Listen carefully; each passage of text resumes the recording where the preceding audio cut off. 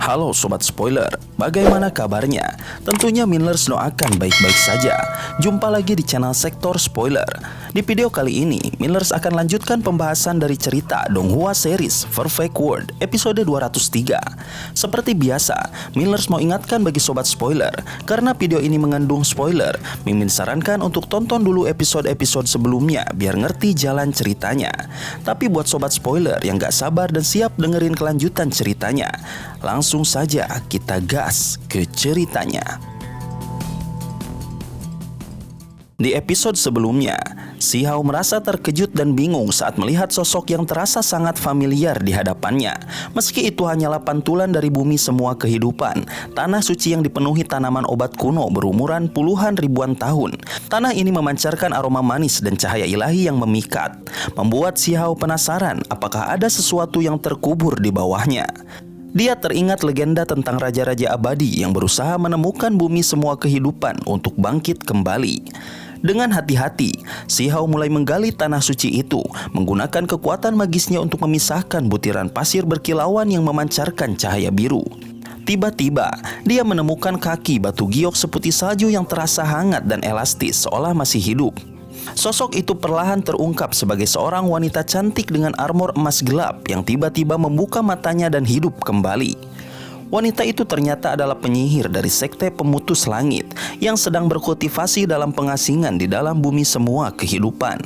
Dia marah karena mengira Si Hao mencoba menyerangnya, tetapi akhirnya menawarkan sebagian tanah suci itu sebagai hadiah. Namun, Si Hao menyadari ada sesuatu yang lebih besar terkubur di bawahnya. Penyihir itu mengungkapkan bahwa sosok lain yang terkubur mungkin adalah pemilik sebenarnya dari bumi semua kehidupan, seorang raja abadi. Dengan penuh ketegangan, Si Hao memutuskan untuk menggali lebih dalam, penasaran dengan rahasia apa lagi yang tersembunyi di balik tanah suci ini. Pertemuan itu membuka babak baru dalam petualangannya, di mana dia harus menghadapi misteri dan kekuatan yang jauh lebih besar dari yang pernah dia bayangkan. Di episode selanjutnya, Si Hao merasa terkejut dan bingung saat menemukan kuali sumber energi yang selalu membuatnya ketakutan muncul di bawah bumi semua kehidupan. Dia curiga pada penyihir yang licik dan penuh tipu muslihat, karena sosok di bawah tanah itu jelas bukan kuali, melainkan sosok manusia. Penyihir itu tersenyum, matanya berkilau seperti bulan, dan bertanya apa untungnya menipu Si Hao. Penampilannya yang dulu serba hitam kini berubah menjadi putih murni, menambah kesan misterius. Si Hao menuduhnya meniru gaya Yue Chan, musuh mereka, tetapi penyihir itu hanya tertawa dan mengejek Si Hao tentang hubungannya dengan Yue Chan. Si Hao menjelaskan bahwa tubuh Yue Chan yang mereka tangkap dulu bukanlah tubuh aslinya, melainkan tubuh kedua. Penyihir itu tertawa terbahak-bahak, mengejek Si Hao karena mungkin telah melakukan hal-hal gila dengan Yue Chan. Si Hao kesal, mengingatkan penyihir itu bahwa dia tidak pernah setinggi bahunya. Penyihir itu terus mengejek, menuduh Si Hao telah merusak Yue Chan, sambil bersukacita atas bencana yang menimpa musuhnya. Si Hao akhirnya membalas dengan mengatakan bahwa dia selalu tertarik pada penyihir itu, tetapi penyihir itu hanya tertawa dan menyuruhnya pergi jauh. Mereka kembali fokus pada penggalian. Si Hao mengumpulkan bumi semua kehidupan dan memasukkannya ke dalam kuali tulangnya. Tetapi ada kekuatan misterius di bawah tanah yang menarik bumi itu. Setelah berusaha keras, mereka menemukan baju besi retak yang diduga milik seorang raja abadi. Penyihir itu mengusulkan bahwa baju besi itu mungkin milik seorang wanita abadi yang telah meninggal. Si Hao setuju, dan mereka berdua merasa sedih karena sosok hebat seperti itu telah meninggal tanpa meninggalkan jejak. Penyihir itu meminta baju besi itu untuk dirinya, sementara Si Hao mendapatkan bumi semua kehidupan. Tiba-tiba, baju besi itu memancarkan cahaya aneh, seolah-olah ada sosok sempurna yang muncul dari dalamnya. Si Hao dan penyihir itu terkejut, menyadari bahwa ini mungkin tanda bahwa sang ahli yang meninggal telah kembali ke langit dan bumi. Mereka terus menggali dan menemukan setetes darah yang gemilang dan mencengangkan, memancarkan energi luar biasa. Penyihir itu mengenali darah itu sebagai darah yang pernah dia lihat di atas kuali sumber energi. Tiba-tiba, darah itu meletus dengan energi yang melonjak, dan mereka melihat sosok laki-laki seperti kaisar surgawi. Si Hao merasa seperti diawasi dari kejauhan, dan aura yang dipancarkan oleh darah itu begitu kuat sehingga membuatnya sulit bernafas. Mereka menyadari telah menemukan sesuatu yang jauh lebih besar dari yang mereka bayangkan. Si Hao terpaku menatap setetes darah yang melayang di udara, seolah-olah darah itu mencerminkan seluruh dunia. Dari dalamnya terdengar teriakan perang yang mengguncang langit, seakan ada pasukan besar yang bertempur. Darah itu seperti jendela yang membuka pandangan ke masa lalu, sekarang, dan masa depan. Tiba-tiba muncul sosok laki-laki samar yang menjulang tinggi, dengan kuali memancarkan sumber energi luar biasa di atas kepalanya. Sosok itu menatap Si Hao dengan mata penuh misteri, seolah ingin menyampaikan sesuatu yang penting. Tetapi Si Hao tidak mampu memahaminya. Suara gemuruh samar terdengar, berbicara tentang kesengsaraan surgawi dan kehancuran yang tak terelakkan. Adegan yang dilihat Si Hao berubah dengan cepat. Dia melihat seseorang di medan perang mendorong kuali keluar dari lorong waktu. Fragmen waktu bertebaran seperti hujan. Kemudian muncul seorang kaisar wanita dengan artefak abadi yang berubah bentuk, serta sosok mirip Cao Yuseng yang ikut membantunya. Adegan itu penuh kekacauan. Dewa dan iblis bertempur, darah mengalir, dan waktu menjadi tidak jelas. Si Hao merasa matanya sakit menatap semua ini, sampai akhirnya hanya tersisa kuali itu beristirahat tidak jauh darinya. Di bawah kuali berdiri sosok kaisar surgawi yang mengabaikan 9 langit dan bumi ke-10 dengan aura tak tertandingi yang membuat para dewa dan iblis bersujud. Si Hao berteriak, menanyakan apa yang ingin disampaikan oleh sosok itu. Dia merasa ini adalah sesuatu yang sangat penting, tetapi tidak bisa mengungkapkannya. Penyihir yang berada di kejauhan tertegun melihat semua ini. Dia tidak bisa mendekat karena gelombang kekuatan yang terlalu kuat, dan heran mengapa Si Hao tidak terpengaruh oleh aura itu.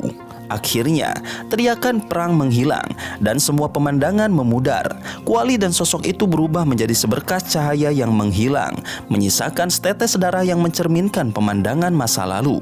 Si Hao menyadari bahwa apa yang dia lihat hanyalah ukiran dari masa lalu. Si Hao mencoba menyentuh setetes darah itu, tetapi tangannya melewati kekosongan. Penyihir menyarankan untuk mengumpulkannya dengan bumi semua kehidupan. Si Hao mengeluarkan kuali tulangnya, dan setetes darah itu masuk ke dalamnya, menghilang di dalam bumi semua kehidupan. Keduanya saling memandang, merasa ini terlalu aneh. Si Hao menyimpan kuali dengan hati-hati, yakin bahwa suatu hari nanti dia akan memahami makna di baliknya. Setelah keluar dari tempat itu, mereka kembali ke dunia kecil tempat pohon dewa surgawi tinggal. Pohon itu bersinar dengan cahaya keemasan, dan Si Hao menjelaskan bahwa pohon itu telah berakar di dalam bumi semua kehidupan. Penyihir merasa dirugikan, menuntut setengah dari bumi semua kehidupan.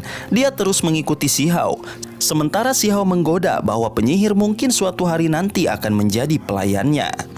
Ketika mereka kembali ke dunia normal, gempa besar mengguncang. Ternyata, master sekte dari dunia luar akan memasuki Immortal Ancient, dan perubahan besar akan segera terjadi. Si Hao tahu bahwa dia harus membuat keputusan. Di dunia luar, para tamu misterius dari alam yang lebih tinggi telah membuat para dewa surgawi mundur. Si Hao menyadari bahwa pertempuran besar akan segera terjadi, dan dia harus bersiap menghadapi bahaya besar yang menantinya. Pedang logam berkilauan milik Raja Pedang Mutie melesat di langit Provinsi Azure, memancarkan cahaya biru yang menerangi wilayah itu. Namun, pertempuran yang seharusnya epik berakhir dengan cepat. Pedang itu patah, dan darah Raja Pedang berceceran di langit. Separuh pedangnya menancap di dadanya, menandai kekalahan telaknya. Kekalahan ini mengejutkan banyak orang, terutama karena para pengunjung asing yang datang tampaknya terlalu kuat untuk ditandingi. Mereka telah menantang dan mengalahkan dewa surgawi di ratusan provinsi tanpa ada yang mampu bertahan lebih dari 10 gerakan. Para pengunjung asing ini tampak arogan dan meremehkan kekuatan dewa surgawi dari 3.000 provinsi. Salah satu dari mereka, Lin Tian, bahkan menyebut pertarungan itu membosankan dan mengejek bahwa tidak ada yang layak menjadi lawannya. Sikap mereka membuat para dewa surgawi merasa terhina. Mereka berharap sosok seperti Ye Gongzi, seorang jenius legendaris dari klan Ye, bisa muncul dan menghentikan kesombongan para pengunjung asing ini. Namun, Ye Gongzi sedang menjelajahi reruntuhan Dao abadi dan tidak bisa ditemukan. Para pengunjung asing tidak hanya kuat, tetapi juga membawa informasi mengejutkan. Mereka mengungkapkan bahwa 3.000 provinsi yang dikenal sebagai 3.000 provinsi Dao sebenarnya adalah bagian dari 9 surga 10 bumi, sebuah dunia yang jauh lebih luas. Mereka menjelaskan bahwa langit dan bumi yang sempurna hancur akibat pertempuran era agung kuno abadi, dan pecahannya membentuk 9 surga 10 bumi. 3.000 provinsi Dao hanyalah satu dari 10 bumi tersebut. Informasi ini membuka mata para dewa surgawi tentang betapa kecilnya dunia mereka. Tujuan para pengunjung asing ini adalah mengevaluasi kekuatan 3.000 provinsi Dao. Mereka memperingatkan bahwa bencana besar akan segera datang dan perbatasan desolate yang dijaga oleh 3.000 provinsi Dao mungkin menjadi titik awal kehancuran. Mereka berencana memilih para jenius terbaik dari 9 surga 10 bumi untuk dilatih di Akademi Dewi atau Akademi Suci, tempat hanya yang terbaik yang bisa masuk. Para dewa surgawi dari 3.000 provinsi terkejut dan gemetar menyadari betapa kecilnya mereka di hadapan dunia yang lebih luas. Mereka menyadari bahwa langit akan berubah dan mereka harus bersiap menghadapi tantangan yang jauh lebih besar dari apa yang pernah mereka bayangkan. Jika 3.000 provinsi Dao tidak siap, mereka mungkin akan hancur ketika bencana besar tiba. Si Hao dan penyihir itu berjalan bersama, menarik perhatian makhluk-makhluk di sekitarnya yang menunjukkan ekspresi ketakutan. Penyihir itu heran, bertanya mengapa mereka begitu takut pada si Hao. Dengan bangga, si Hao mengklaim bahwa itu karena dia adalah yang terkuat di dunia. Namun, penyihir itu mendengar bahwa sebenarnya mereka menyebut si Hao sebagai Raja Iblis. Ketika si Hao menegur beberapa kera kuno emas, mereka langsung melarikan diri ketakutan. Penyihir itu pun menyadari bahwa si Hao telah membangun reputasi menakutkan di Immortal Ancient, terutama setelah membunuh 7 dewa surgawi yang mencoba menyerangnya. Penyihir itu kemudian memanggil beberapa orang yang dia kenal. Mereka terkejut melihatnya, tetapi ketakutan mereka pada si Hao jauh lebih besar. Mereka berbisik bahwa si Hao dikenal sebagai pemakan dewa dan khawatir dia akan memakan mereka juga. Si Hao mendengar bisikan itu dan mengancam salah satu dari mereka, membuat mereka semakin ketakutan. Penyihir itu akhirnya memahami betapa menakutkannya si Hao di mata orang-orang. Dia terkesan, meski bingung, dan bertanya apakah si Hao akan memberinya hadiah dari hasil buruannya.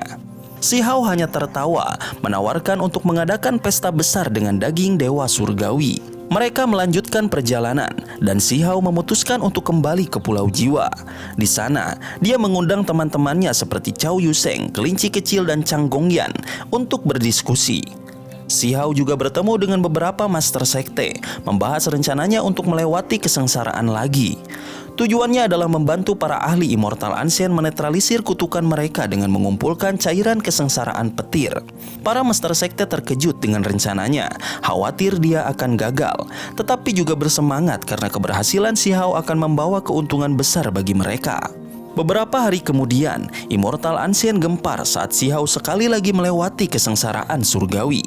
Banyak orang tidak percaya bahwa dia berani menghadapinya lagi, tetapi si Hao berhasil melewatinya dengan lancar. Namun, kali ini tidak ada kolam petir atau cairan kesengsaraan petir yang muncul. Si Hao menyadari bahwa surga hanya memberikan hadiah sekali untuk setiap tingkat kultivasi. Meski kecewa, para master sekte tetap terkesan dengan kemampuannya dan bersedia mendukungnya di masa depan.